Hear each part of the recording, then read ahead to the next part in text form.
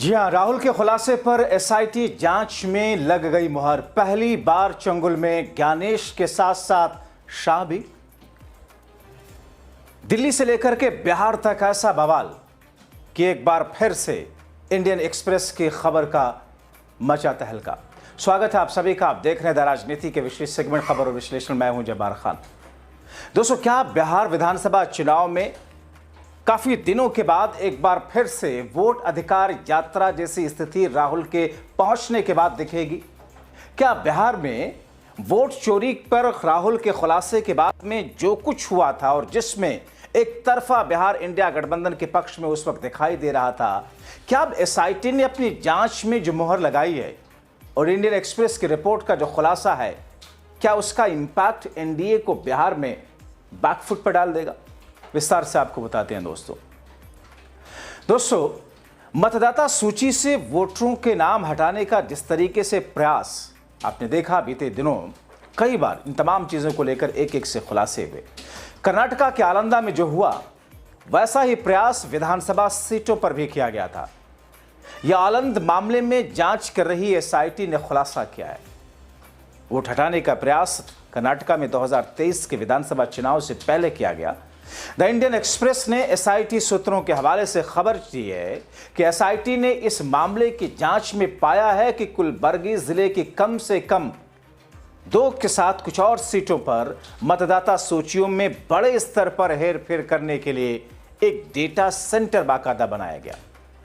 हाल के चुनाव में जिन विधानसभा सीटों पर जीत का अंतर कम रहा, वो मतदाता हेरफेर के प्रयासों का मुख्य निशाना थी। ये मैं नहीं कह रहा, देश का प्रमुख मीडिया हाउस इंडियन एक्सप्रेस कह रहा है। रिपोर्ट में सूत्रों के हवाले से खबर दी गई है कि कुलबर्गी क्षेत्र के मुख्य रूप से बीजेपी के नेताओं ने इस डेटा सेंटर की सेवाओं का उपयोग किया।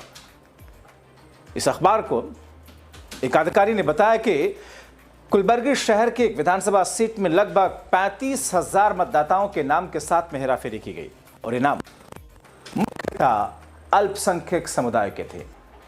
जांच में सामने आया कि कुलबर्गी में एक अकाउंटेंट के माध्यम से डेटा सेंटर के संचालकों को धनराशि हस्तांतरित की गई थी। यानी कि पैसा गया, अकाउंटेंट के जरिए पैसा गया, सब कुछ ऑन रिकॉर्ड। और इस अकाउंटेंट की भूमिका अहम थी और उसका लैपटॉप जब्त कर लिया गया। और जब लैपटॉप में की छानबीन एसआईटी ने की तो सारा का सारा डेटा बाहर आया। मगर दोस्तों, चुनाव आयोग अभी भी, दोस्तों, होता क्या है कि जब आप किसी चीज के बारे में एक राय कायम कर लें और एक मान के चलें कि कुछ भी हो सामने से, मुझे तो यही जवाब देना है। जैसे टीवी डिबेट में आप देखते हैं, मेन स्ट्रीम मीडिया पर कुछ भी सवाल किया जाए, वैसे तो सवाल ही नहीं होते सत्ता पक्ष से, मगर बीजेपी नेता वही रटी घिसी पिटी कैसेट चला देते थे, अभी भी चलाते हैं। अरे हम तो मोदी जी कहते हैं सबका साथ, सबका विकास, सबका विश्वास, हम तो वो करते हैं। इसी किस्म के 4-6 लाइनों का घिसा पिटा जो रिकॉर्डिंग रहा, वो उनके दिमाग में फिट कर दिया गया। चुनाव आयोग भी कुछ ऐसा ही रिएक्ट कर रहा है।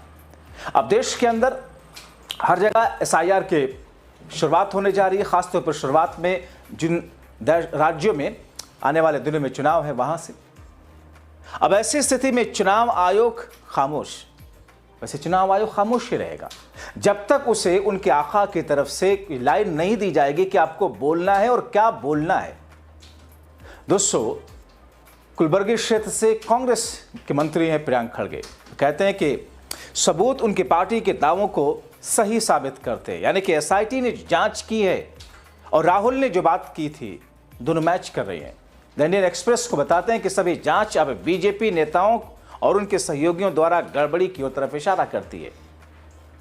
बीजेपी की वोट चोरी के हर गंदे हथकंडे और कार्यप्रणाली का पर्दाफाश होगा। कहते हैं हर जिम्मेदार व्यक्ति को सलाखों के पीछे डाला जाएगा। कुलबर्गी क्षेत्र के पारंपरिक रूप में दलित, पिछड़े और अल्पसंख्यक समुदायों के बड़े मतदाता आधार के कारण कांग्रेस का गढ़ रहा है। यानी कि इन जगहों पर जो वर्चस्व है पॉपुलेशन में, आबादी में, उसमें मुसलमान, दलित और पिछड़े ही हैं। जाहिर तौर पर अगर कहीं पर कोई मुस्लिम गढ़ है, मुख्यतः मान लीजिए किसी इलाके में 80% कोई इलाका है और वहां के वोटर लिस्ट में अगर मान लीजिए बीजेपी को कराना है, फॉर एग्जाम्पल तो जाहिर तौर पर उसमें उसको कुछ देखना तो है नहीं। मुस्लिम नाम देख करके एक तरफ से उसे कट करना है, यही कांग्रेस पार्टी की तरफ से कहा जा रहा है। कांग्रेस अध्यक्ष मल्लिकार्जुन खड़गे कुलबर्गी के गुरमिटकल से विधायक और कुलबर्गी लोकसभा सीट से 2 बार सांसद रह चुकी है, जिसकी चर्चा हो रही है। दोस्तों, अब आपको मैं जल्दी से तस्वीर का दूसरा भी रुख दिखा देता हूं। भारतीय जनता पार्टी इस पर क्या कह रही है, तर्क है या कुतर्क, बीजेपी कैसे इसे मैनिपुलेट कर रही है। 2023 में गुलबर्ग उत्तर से मामूली अंतर से हारने वाले बीजेपी नेता चंद्रकांत पाटिल ने दावा किया कि किसी भी पार्टी उम्मीदवार का मतदाता सूची से हेराफेरी का कोई संबंध नहीं। चंद्रकांत पाटिल कौन होते हैं? इस बात को रखने वाले दावे के साथ कि साहब ये हेराफेरी का कोई ताल्लुक किसी पार्टी से है ही नहीं है।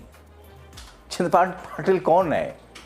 इंटेलिजेंस के आईबी के मुखिया हैं, जिन्होंने जांच करके बात रखी है, लेकिन यही है इनका अंदाज। इंडियन एक्सप्रेस से कहते हैं कि अगर डेटा सेंटर के संचालकों के साथ कोई समझौता हुआ तो ये स्थानीय बीजेपी नेताओं जैसे कॉर्पोरेटर द्वारा किया गया नहीं होगा, बल्कि ये दरअसल कानूनी प्रक्रिया के जरिए किया गया होगा। गजब अंदाज है दोस्तों, किस तौर पर अपनी बात रखते हैं, इस बात को बिना जाने समझे कि बात मीडिया के माध्यम से देश की जनता तक पहुंचेगी, और जो देश की जनता इतनी बेवकूफ़ नहीं है। पाटिल आगे कहते हैं कि स्थानीय नेताओं ने मतदाता सूची संशोधन के लिए हर मोहल्ले में शिविर लगाए, बैनर लगाए, समाचार पत्रों में एडवर्टीजमेंट दिया। ये कानूनी रूप से किया गया है, यानी कि जो जवाब चुनाव आयोग की तरफ से आना चाहिए वो भारतीय जनता पार्टी दिला रही है। मतदाता सूची में नाम जोड़ने और दोहरे नाम हटाने के लिए था। बीजेपी नेताओं ने डेटा सेंटर के साथ समझौता किया होगा, ऐसा नहीं है दोस्तों। गुलबर्ग उत्तर में अल्पसंख्यकों के बीच 30,000 से अधिक फर्जी वोट है, ये कहा जा रहा है उनकी तरफ से। मतलब बीजेपी नेता ही चुनाव आयोग हो चुके हैं, क्योंकि यहाँ 50% से ज़्यादा अल्पसंख्यक समुदाय से वोट आती हैं। इंडियन एक्सप्रेस की पिछली रिपोर्ट के मुताबिक कुलबर्गी के डेटा सेंटर में कर्मचारियों को प्रत्येक ऑनलाइन आवेदन के लिए 80 रुपये का भुगतान किया जाता था, जैसा कि हमने पिछले शो में आपको बताया था।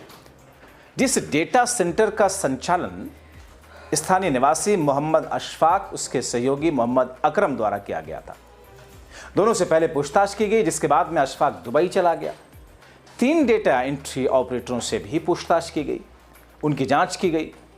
एसआईटी जांच से जुड़े सूत्रों के हवाले से ये खबरें रही हैं कि आलंद के मामले में मुकदमा चलाने के लिए जरूरी अहम साक्ष्य मिले। हालांकि जांच दल को वर्तमान में कुलबर्गी की अन्य सीटों पर मतदाता हेरफेर के आरोप की जांच का अधिकार ही नहीं है। दोस्तों, आलंद में धोखाधड़ी की शिकायत सबसे पहले कांग्रेस उम्मीदवार BR पाटिल ने दिसंबर 2022 से फरवरी 2023 के बीच में चुनाव आयोग के मतदाता सूची संशोधन प्रक्रिया के दौरान उठाई। 2018 में अपने बीजेपी प्रतिद्वंदी सुभाष गुट्टेदार से केवल 697 वोटों से हारने के बाद पाटिल सतर्क थे। शिकायत दर्ज कराई थी कि 6,670 से अधिक नामों को हटाने का प्रयास किया गया, जो कि 254 मतदान केंद्रों में थे, और ये वास्तविक मतदाताओं की पहचान का उपयोग करके किया गया।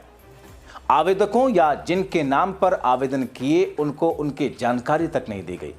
21 फरवरी 2023 को आलंद के रिटर्निंग ऑफिसर ने पुलिस में शिकायत दर्ज कराई।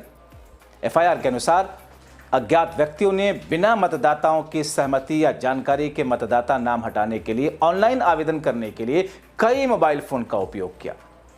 चुनाव अधिकारियों द्वारा जमीनी स्तर पर सत्यापन में पाया गया कि 6,018 नामों को रिमोट आवेदनों के माध्यम से हटाने की कोशिश की गई, जिनमें केवल 24 आवेदन वैध थे, क्योंकि संबंधित मतदाता अब आलंद में नहीं रहते। फिलहाल एसआईटी अभी तक ये तय नहीं कर पाई कि डेटा सेंटर संचालकों को चुनाव आयोग के पोर्टल तक पहुंच किसने दिलाई, किस माध्यम से पहुंचे, क्योंकि ये जब खुलासा होगा तो फिर इसमें बहुत सारी बड़ी मछलियां भी सामने आएंगी। 3,000 से अधिक फर्जी फोन नंबरों का उपयोग करके हटाने के आवेदन दाखिल किए गए थे। दोस्तों, अब सोचिए पर्दे के पीछे कैसा खेल चल रहा है। आप तैयार बैठे हैं कि आने वाले दिनों में आपका वोट होगा, पता चला आपका नाम ही कट गया। दोस्तों, BR पाटिल ने दावा किया कि नाम हटाने के प्रयास लक्षित थे। कांग्रेस के गढ़ माने जाने वाले मतदान केंद्रों के मतदाताओं के नाम हटाने की कोशिश की गई। राहुल ने भी अभी पिछले महीने 18 सितंबर को अपनी प्रेस कॉन्फ्रेंस में भी दावा किया कि सबसे अधिक नाम हटाने वाले शीर्ष 10 मतदान केंद्र कांग्रेस के गढ़ थे। 2018 में इन 10 में से 8 मतदान केंद्रों में कांग्रेस ने जीत हासिल की थी। संयोग नहीं बल्कि एक सुनियोजित ऑपरेशन है। बहरहाल एसआईटी की जांच अभी भी जारी है। देखना बाकी है कि कुलबर्गी के अन्य सीटों पर मतदाता हेरफेर के आरोपों की जांच के लिए जांच दल का दायरा कितना बढ़ाया जाता है, या फिर इस बीच में कोई नया पेच डाल करके इस जांच को रोका जाता है।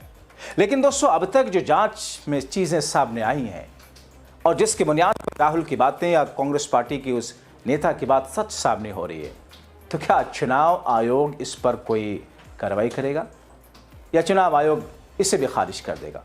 देखना बहुत महत्वपूर्ण होगा। फिलहाल आप क्या सोचते हैं, अपनी राय कमेंट बॉक्स में जरूर लिखें। अभी के लिए इतना ही, शुक्रिया।